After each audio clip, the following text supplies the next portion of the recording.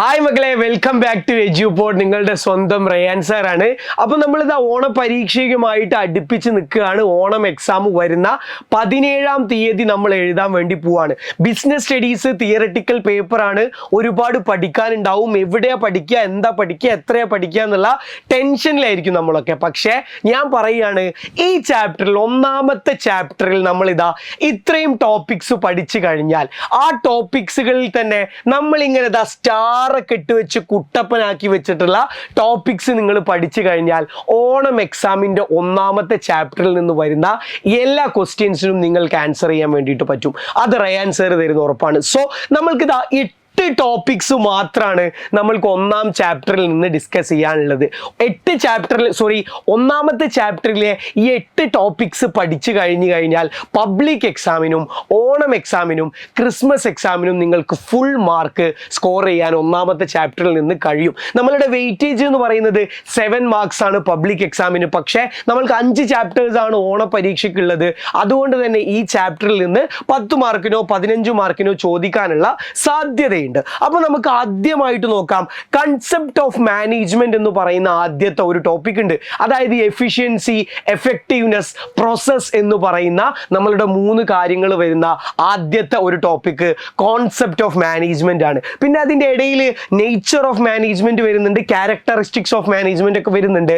അതിൽ characteristics of management വലിയ importance കൊടുക്കേണ്ട, എന്നാലും പഠിക്കാൻ പറ്റുകയാണെങ്കിൽ പഠിക്കുക. പിന്നെ മക്കളെ, മൂന്നാമത്തേതാണ് objectives of management. Highly important ആയിട്ട് വരുന്ന ഒരു ക്വസ്റ്റ്യൻ ആണ് നമ്മളുടെ ഒന്നാമത്തെ ചാപ്റ്ററിലെ ഒബ്ജക്റ്റീവ്സ് ഓഫ് മാനേജ്മെന്റ്. അതായത് നമ്മളുടെ social objective, personal objective, organisational objective. Organisational objective ആവുമ്പോൾ അത് GPS എന്ന് നമുക്ക് പറയാം, ഗ്രോത്ത്, പ്രോഫിറ്റ്, സർവൈവൽ എന്നുള്ള രീതിയിൽ. ഇനി സോഷ്യൽ ഒബ്ജക്റ്റീവ് ആവുമ്പോൾ ജനറേഷൻ ഓഫ് എംപ്ലോയ്മെന്റ് ഓപ്പർച്യൂണിറ്റീസ് എന്ന് നമുക്ക് പറയാം.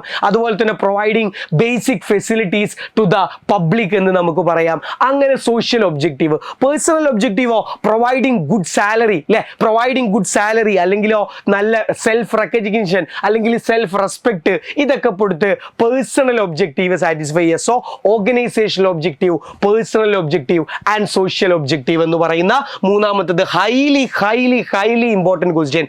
ദെൻ ഇമ്പോർട്ടൻസ് ഓഫ് മാനേജ്മെന്റ് ആണ്. ഈ ഇമ്പോർട്ടൻസ് ഓഫ് മാനേജ്മെന്റും ഈ പറയുന്ന ക്യാരക്ടറിസ്റ്റിക്സ് ഓഫ് മാനേജ്മെന്റും നിങ്ങൾക്ക് കണക്ട് ചെയ്ത് പഠിക്കുകയാണെങ്കിൽ എളുപ്പമാണ്. അടുത്തത് നേച്ചർ ഓഫ് മാനേജ്മെന്റ് ആണ്. Art, science, profession. 3 നമുക്കറിയാം. ഒന്നെങ്കിൽ ആർട്ട് ആണോ, സയൻസ് ആണോ, അല്ലെങ്കിൽ പ്രൊഫഷൻ ആണോ എന്നാണ് നമ്മൾ മാനേജ്മെന്റിനെ പറ്റി ചോദിക്കുക. അടുത്ത ടോപ്പിക്കാ, ഒന്നെങ്കിൽ ചോദിക്കുക ആർട്ടിന്റെ ക്യാരക്ടറിസ്റ്റിക്സ് എഴുതാനായിരിക്കും, അല്ലെങ്കിൽ പ്രൊഫഷന്റെ ക്യാരക്ടറിസ്റ്റിക്സ് എഴുതാനായിരിക്കും, അല്ലെങ്കിൽ സയൻസിന്റെ ക്യാരക്ടറിസ്റ്റിക്സ് എഴുതാനായിരിക്കും. ഏതായാലും അത് പഠിക്കുക എന്നുള്ളതാണ്. ദെൻ അടുത്ത ഒരു ഹൈലി ഇമ്പോർട്ടൻ്റ് ആയിട്ട് നമ്മൾ സ്റ്റാർ ചെയ്ത് വെച്ചിട്ടുള്ള ഇമ്പോർട്ടൻറ്റ് ക്വസ്റ്റ്യൻ ആണ്. എല്ലാ കുട്ടികൾക്കും സ്കോർ ചെയ്യാൻ പറ്റുന്ന ഒരു ക്വസ്റ്റ്യൻ ആണ് ലെവൽസ് ഓഫ് മാനേജ്മെന്റ്. നോക്കിക്കേ, top level management, middle level management and lower level management. ഇത് പഠിച്ചു കഴിഞ്ഞാൽ 1 മാർക്ക് 4 മാർക്കിന്റെ ക്വസ്റ്റ്യൻ പബ്ലിക് എക്സാമിന് ഷുവർ ഷോട്ട് ആണ്. അല്ലെങ്കിൽ നിങ്ങളുടെ ഈ ഓണം എക്സാമിന് നമുക്ക് എക്സ്പെക്ട് ചെയ്യാൻ പറ്റുന്ന ക്വസ്റ്റ്യൻ ആണ്. ടോപ്പ് ലെവലിൽ വരുമ്പോൾ chief executive officer, chief marketing officer, chief finance officer, chief executive officer, അങ്ങനെ ചീഫായിട്ട് വരുന്ന MD, മാനേജിംഗ് ഡയറക്ടർ, പ്രസിഡന്റ് ഒക്കെ പോലത്തെ ചീഫിൽ വരുന്ന ആൾക്കാരൊക്കെ ടോപ്പ് ലെവലിൽ. Marketing manager, production manager, finance manager, HR manager, research and development department manager എന്ന് പറയുന്ന മാനേജേഴ്സ് വരുന്നത് മിഡിൽ ലെവലിൽ. എന്നാലോ സൂപ്പർവൈസേഴ്സ്, എക്സിക്യൂട്ടീവ്സ് ഒക്കെ പോലത്തെ ലോവർ ലെവൽ മാനേജേഴ്സ്. അപ്പോൾ top level, middle level, low level എന്നുള്ള ടോപ്പിക്ക് നമ്മൾ പഠിച്ചു വെക്കുക. ദെൻ ഫങ്ഷൻസ് ഓഫ് മാനേജ്മെന്റ് ആണ് നമ്മൾ +2 ബിസിനസ് സ്റ്റഡീസിൽ മൊത്തം പഠിക്കുന്നത്. അതാണ് post DC, planning, organising, staffing, directing, controlling. പഠിച്ചു കഴിഞ്ഞാൽ സിമ്പിൾ ആയിട്ട് എഴുതാം.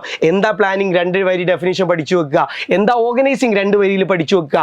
എന്താ ഡയറക്ടിങ്, എന്താ കൺട്രോളിങ്, എന്താ സ്റ്റാഫിംഗ്, 2 വരിയിൽ പഠിച്ചു വെക്കുക. നമ്മൾ എക്സ്പെക്ട് ചെയ്യണം, പക്ഷേ ഇമ്പോർട്ടൻസ് നമ്മൾ കൊടുക്കുന്നില്ല, പക്ഷേ നമ്മൾ എക്സ്പെക്ട് ചെയ്യാം. Final, coordination is the essence of management. മാനേജ്മെന്റിൽ കോർഡിനേഷൻ ഇല്ലാതെ ഒരു പരിപാടിയും നടക്കൂല.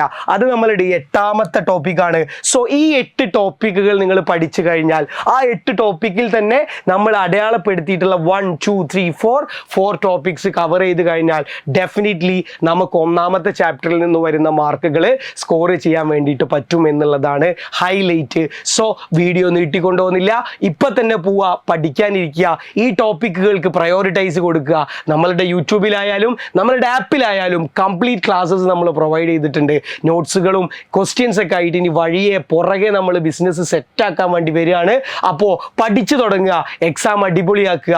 All the very best. അടുത്ത വീഡിയോയിൽ വീണ്ടും കാണാം. താങ്ക് യു വെരി മച്ച് മക്കളെ.